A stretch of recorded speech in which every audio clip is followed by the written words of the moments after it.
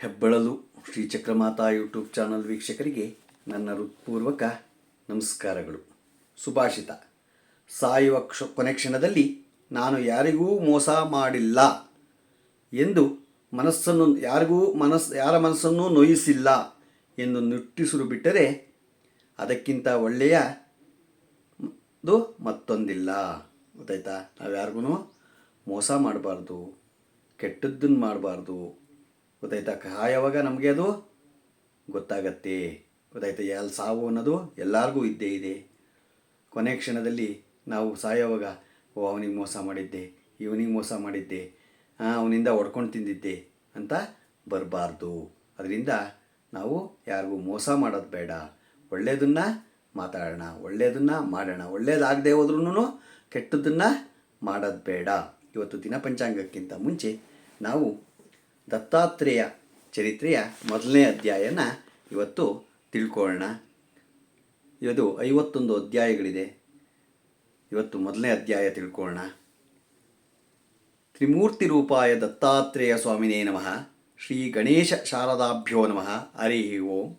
ಶುಕ್ಲಾಂಬರಧರಂ ವಿಷ್ಣುಂ ಶಶಿವರ್ಣಂ ಚತುರ್ಭುಜಂ ಪ್ರಸನ್ನವದನಂ ಧ್ಯಾಯೇತ್ ಸರ್ವವಿಘ್ನೋಪಶಾಂತಯೇ. ಅಧ್ಯಾಯ 1. ಗುರುಭ್ಯೋ ನಮಃ. ಹರಿ ಓಂ. ಶ್ರೀ ಗುರುಚರಿತ್ರೆಯ ತ್ರಿಮೂರ್ತಿ ಸ್ವರೂಪನಾದ ಶ್ರೀ ದತ್ತಾತ್ರೇಯನ ಅವತಾರಗಳ ಮಹಿಮಾ ಕಥೆಯಾಗಿದೆ. ಅದನ್ನು ಪ್ರಾರಂಭಿಸುವ ಮುನ್ನ ಮೊದಲು ವಿಘ್ನಹಾರ ವಿನಾಯಕನಿಗೆ ವಾಗ್ದೇವಿ ಸರಸ್ವತಿಗೆ ವಂದಿಸೋಣ. ಗಣನಾಂ ತ್ವಾ ಗಣಪತಿಂ ಹವಾಮಹೇ ಕವಿಂ ಕವೀನಾಪಮಶ್ರವಸ್ತಮಂ ಜ್ಯೇಷ್ಠರಾಜಂ ಬ್ರಹ್ಮಣಾಂ ಬ್ರಹ್ಮಣಸ್ಪತ ಆನುಶೃಣ್ವನ್ನೋತಿಭಿಃ ಸೀದಸಾದನಂ. ಸರಸ್ವತೀ ನಮಸ್ತುಭ್ಯಂ ವರದೆ ಕಾಮರೂಪಿಣಿ ವಿದ್ಯಾರಂಭಂ ಕರಿಷ್ಯಾಮಿ ಸಿದ್ಧಿರ್ಭವತು ಮೇ ಸದಾ. ನಾವು ವಿಘ್ನ ವಾಗ್ದೇವಿಗೆ, ಸರಸ್ವತಿಗೆ, ವಿಘ್ನ ವಿನಾಯಕನಿಗೆ ವಂದಿಸಿದ್ದಾಯಿತು. ಸೃಷ್ಟಿಕಾರಣ ಬ್ರಹ್ಮಪಾಲಕ, ವಿಘ್ನ ಲಯಾಕಾರಕ ಅರರಿಗೆ ನಮನ. ಈ ತ್ರಿಮೂರ್ತಿಗಳೇ ದತ್ತಗುರುಗಳಾಗಿ ಭೂಮಿಯಲ್ಲಿ ಅವತರಿಸಿದ್ದಾರೆ. ದತ್ತಾತ್ರೇಯ ಸ್ವಾಮಿಯ ಪುಣ್ಯಚರಿತ್ರೆಯನ್ನು ತದೇಕ ಚಿತ್ತವಾಗಿ ಶ್ರವಣ ಮಾಡಿದರೆ ಇಷ್ಟಾಸಿದ್ಧಿಯಾಗುತ್ತದೆ. ತ್ರಿಮೂರ್ತಿಗಳು ಅತ್ರಿ ಪುತ್ರನಾಗಿ ದತ್ತರೂಪದಿಂದ ಅವತರಿಸಿದರು. ಅದರ ಮುಂದಿನ ಅವತಾರಗಳೇ ಶ್ರೀಪಾದ ವಲ್ಲಭ ಹಾಗೂ ಶ್ರೀ ನರಸಿಂಹ ಸರಸ್ವತಿ ಯತಿಗಳು. ಇವರ ಅವತಾರ ಭೂಮಿಯಾದ ಕುರುಗುಡ್ಡೆ, ಕುರುವಪುರ ಅಂತ ಮತ್ತು ಗಾಣಿಗಾಪುರಗಳು ಇಂದಿಗೂ ದತ್ತಭಕ್ತರಿಗೆ ಯಾತ್ರಾ ಸ್ಥಳ ಆಗಿದೆ. ಗೊತ್ತಾಯ್ತಾ? ನಾವು ಯಾವಾಗಲೂ ಭಕ್ತಿಯಿಂದ ಕೇಳಬೇಕು. ಯಾವುದೇ ಮಾಡಿ ಸುಮ್ಮನೆ ನಾವು ಹೇಳೋದಲ್ಲ. ಭಕ್ತಿಯಿಂದ ಅದನ್ನು ಪಾಲಿಸಬೇಕು, ಕೇಳಬೇಕು. ಶ್ರೀ ಗುರುಚರಿತ್ರೆಯನ್ನು ರಚಿಸಿದವರು ಸರಸ್ವತಿ ಗಂಗಾಧರ ಎಂಬ ಸಾಖರೆ ವಂಶಜರಾದ ದತ್ತಭಕ್ತರು. ಈ ಭಕ್ತರಿಗೆ ಸ್ವಯಂ ನರಸಿಂಹ, ನೀವು ಸರ್ವಜ್ಞರು, ಜಗದ್ರಕ್ಷರೆಂದು ನಂಬಿ ಇಲ್ಲಿಗೆ ಬಂದಿರುವೆ. ನಿಮಗೆ ನನ್ನ ಮೊರೆ ಕೇಳಲಿಲ್ಲವೇ?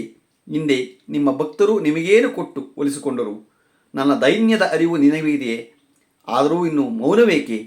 ನನ್ನ ವಂಶಜರೆಲ್ಲ ತಮ್ಮ ಭಕ್ತರೇ ಅಲ್ಲವೇ? ನಿಮ್ಮ ದರ್ಶನ ನನಗೇನು ಇನ್ನೂ ಆಗಿಲ್ಲ. ನನ್ನ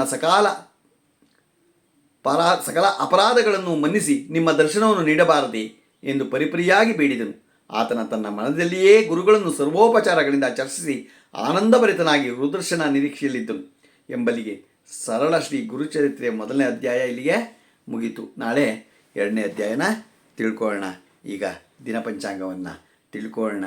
ದಿನಾಂಕ 8/11/2024 ಶುಕ್ರವಾರ. ಶ್ರೀ ಕ್ರೋಧಿ ನಾಮ ಸಂವತ್ಸರ, ದಕ್ಷಿಣಾಯನ, ಶರದೃತು, ಕಾರ್ತೀಕ ಮಾಸ, ಶುಕ್ಲಪಕ್ಷ, ತಿಥಿ ಸಪ್ತಮಿ, ರಾತ್ರಿ 7:31, ನಕ್ಷತ್ರ ಉತ್ತರಾಷಾಢ, ಬೆಳಗ್ಗೆ 9:06, ಮಳೆ ವಿಶಾಖ 1ನೇ ಪಾದ. ರಾಹುಕಾಲ 10:40 12 ಗಂಟೆ 7 ತನಕ ಇದೆ.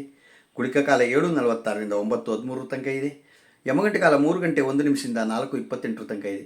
ಇವತ್ತು ಯಾರು ಹುಟ್ಟುಹಬ್ಬ ಆಚರಿಸ್ಕೊತಿದ್ರು, ಮದುವೆಯಾದ ದಂಪತಿಗಳು ವಾರ್ಷಿಕೋತ್ಸವ ಆಚರಿಸ್ಕೊಂತಿರೋರಿಗೆ ನಮ್ಮ ಹೆಬ್ಬಳಲು ಶ್ರೀ ಚಕ್ರಮಾತಾ ಯೂಟ್ಯೂಬ್ ಚಾನಲ್ ಕಡೆಯಿಂದ ಶುಭ ಕಾಮನೆ ಇಡ್ತೀವಿ. ದೇವರು ಅವರಿಗೆ ಆಯಸ್ಸು, ಆರೋಗ್ಯ, ಐಶ್ವರ್ಯ ಎಲ್ಲ ಕೊಟ್ಟು ಕಾಪಾಡಲಿ ಅಂತ ನಾನು ಕೇಳ್ಕೊತೀನಿ.